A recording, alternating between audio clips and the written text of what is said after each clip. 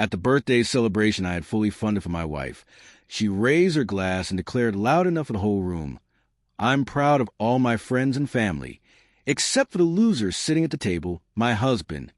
Laughter erupted around us. I rose without a word, set a folded piece of paper on the table before her, and calmly said, "For you, my dear, happy birthday." I turned and walked away. Seconds later, as I stepped outside, a scream burst from behind me, the kind that freezes a room. For 7 years, I've been the quiet force keeping our world together. I wasn't a man of flashy clothes or loud opinions. I didn't command attention at gatherings, but I worked tirelessly, covered every bill, supported her dream of becoming a lifestyle influencer, cooked meals, cleaned the house, even managed a guest list for the extravagant birthday party. She demanded to be exclusive and sophisticated. I funded every single element. The rooftop venue, the gourmet seafood, the personalized cake, even the absurdly priced floral arrangements that cost more than my car payment. I believed this was love. I believed she appreciated everything I did. But in the end, I was nothing more than a fool, a wallet with a target on his back. The warning signs arrived like whispers in a storm. She stopped holding my hand in public. She only seemed interested in dressing up when she was going out with friends. I caught her giggling at her phone, hiding the screen when I walked by. And when I asked if something was wrong, her answer was always the same. "God, you're paranoid. It's not my fault you're insecure." I convinced myself it was just stress, that maybe I was imagining things. That illusion shattered 3 months ago when I came across a hotel receipt in her name, a boutique hotel. The checkout date matched the night. She claimed she was staying over at her cousin's to help her through a breakup. She returned home that evening with a faint hickey, cleverly hidden beneath her hairline. You wouldn't see it unless you were looking for it. I said nothing. Not yet. I began collecting proof, screenshots, messages, even recordings from a tiny device I discreetly placed in our bedroom when my anxiety wouldn't let me sleep. What I heard on those recordings broke something inside me. Her voice, soft and teasing, said, "He's boring, but he pays for everything. That's why I married him. Honestly, you could take his place anytime." A man chuckled, his voice smooth and low. "Maybe I will, baby. Maybe it's time." Still, I kept silent, because real revenge isn't noisy. It's quiet, calculated, beautifully timed. The evening of the party arrived, bathed in the warm hues of sunset. She walked in like a queen, all eyes on her, as she blew air kisses to her circle of admirers. The crowd clapped. I stayed back, smiling like the doting husband, watching her toast glasses with people I barely recognized. Fellow influencers, her personal trainer, even her high school ex, and yes, the man she was cheating with. I caught him winking at her when he thought no one was watching. Still, I said nothing.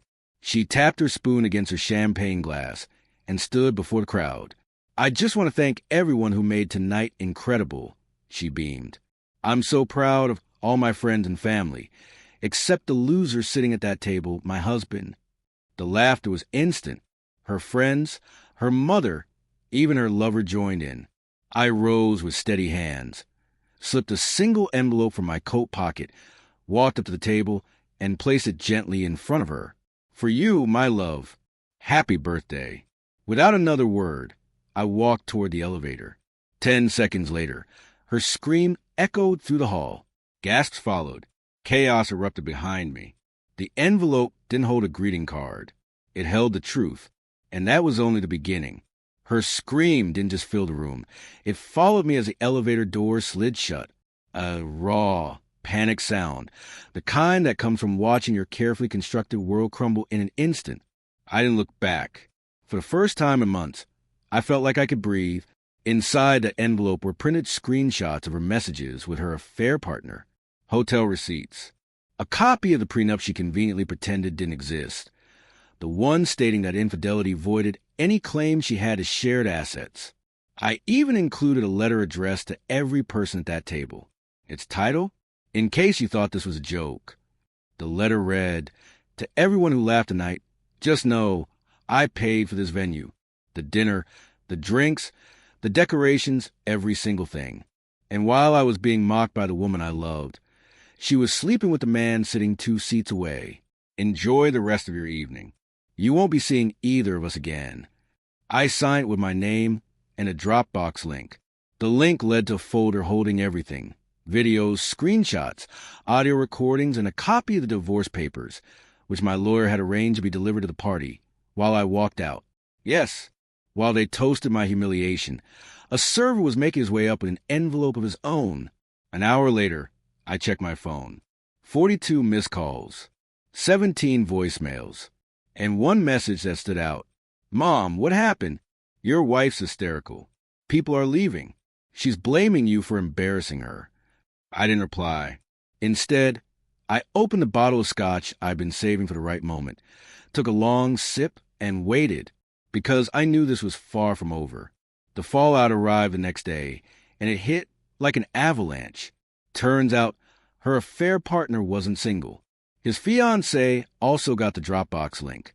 By noon, she had posted a tearful video on Instagram, mascara running, holding printed screenshots, calling out both her fiancé and my wife by name. By midday, it went viral. Trash couple. Birthday blow up.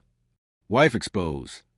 By 3 p.m., my wife had deleted every social media account she had.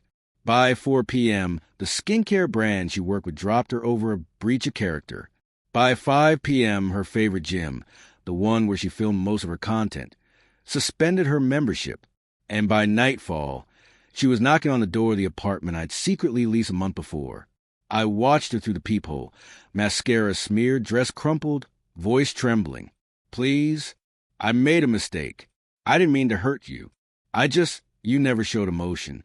I thought you didn't care. I didn't unlock the door. Instead, I spoke through it, my voice low and even.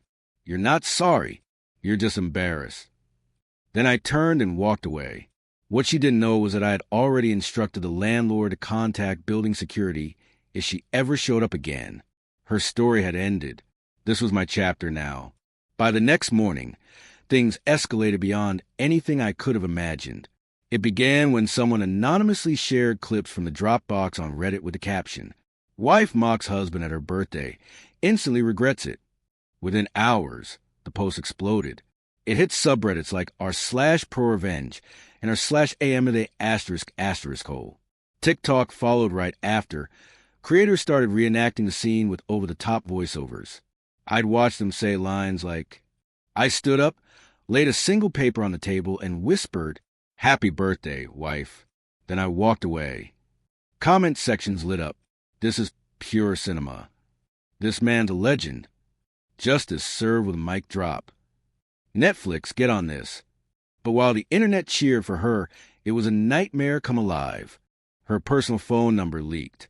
Her Instagram was bombarded. Old videos of her calling me boring and lifeless resurfaced. Only now, people saw them differently. The internet relished her downfall. So did I. But I wasn't stopping at public shame. While she drowned herself in weepy Instagram stories, I made sure the legal blows landed just as hard. Remember that prenup she laughed off? The one she claimed was meaningless? It meant everything now. My lawyer, a composed, merciless professional, had already filed divorce papers, citing infidelity, backed by evidence so rock-solid the judge slapped a temporary freeze on all shared assets. She couldn't touch our house. She was locked out of our bank accounts. And the worst part for her? She had 72 hours to move out, by court order. I didn't need to lift a finger. The legal system did it for me. As for her affair partner, he found himself sinking even faster. Turns out, his fiancée had been bankrolling his little influencer venture. When she got the Dropbox link, she emptied their joint accounts, yanked the website she built for him offline, and took her name off the business registration they shared. Later that night, he sent me a message. "Brian here. Look, I know things got messy. Maybe we can talk? Just want to clear the air." I sent him a single emoji in response. The trash can. No words needed. But there was still one last part they never saw coming. My secret exit strategy. For 3 months, I'd been preparing behind the scenes. I'd open a new business account, transfer my assets, sign a lease on a condo in a different city. even accepted a remote job with a 40% salary increase. While she thought I was detached and working overtime, I was quietly stacking my escape plan. So, when everything blew up, I didn't just survive it. I vanished from her world completely. New phone number, new address, new life. The last thing she ever received from me came 3 days after the divorce was finalized, a letter. Happy belated birthday. You unwrapped the truth and got exactly what you deserved. I'm not bitter. I'm not broken. I'm better. And you? You'll spend the rest of your life explaining how I left you with nothing and still walked away with everything. 6 months later, I barely recognized myself, and I meant that in the best way. No more anxiety. No more feeling like I had to tiptoe around someone's ego. No more begging for affection or pretending I wasn't hurting. Now, my mornings were peaceful. I'd wake up, brew my own coffee, take a jog to the tree-lined trails near my new place. Sometimes I'd sit quietly with a good book. Real peace. Not for show. Not for anyone else. When I looked in the mirror, I saw a man with clear eyes, someone I actually respected. As for her, word got around. After the public fallout, she tried patching up her social life. But too many people had seen the real her. Her followers disappeared. Brand partnerships vanished. That video from the birthday party kept popping back up every few weeks. A bad memory she couldn't erase. She ended up back at her mother's house. The same mother who laughed the loudest when I was publicly humiliated. From what I heard through mutual contacts, she'd been applying for jobs and kept getting ghosted. Turns out, torching every bridge while live streaming your own downfall isn't great for your career. And Brian? He gained a reputation as the guy who got dumped twice in 1 week. Apparently, he started some cringeworthy podcasts about masculine energy and personal growth. Last I checked, 37 subscribers, 1 savage review. Maybe cheat less, reinvent more. As for me, I wasn't chasing love, but somehow it found me anyway. A woman I met at a professional networking event. Not flashy, not fake, just kind, down to earth, and genuinely real. Of course, she knew the viral story. Who didn't? But she said something I'll never forget. You didn't do all that to hurt someone. You did it to free yourself. That's why it matters. We're not rushing anything. And that's the beauty of it. After years of being lied to, manipulated, and thrown aside, I don't need drama anymore. I just need honesty. Let's be honest. The wine in the face? That was dramatic. The court-ordered eviction? That was justice. The viral internet blow-up? Karma. Plain and simple. But the real revenge? That was walking away without looking back. The quiet, powerful choice of picking myself. Every single time. Let her spin her version of the story. Let her twist the narrative however she wants. It doesn't matter. Because the night I stood up and dropped that envelope on the table, I wasn't just ending a toxic marriage. I was setting my own future in motion. And I made damn sure she'd never have a place in it again. If you connected with this story of standing up for yourself, hit subscribe for more bold tales of betrayal and unapologetic comebacks. Drop a comment if you've ever taken a stand when it wasn't easy. And if you got a story of your own, we're here for it. Because healing doesn't whisper.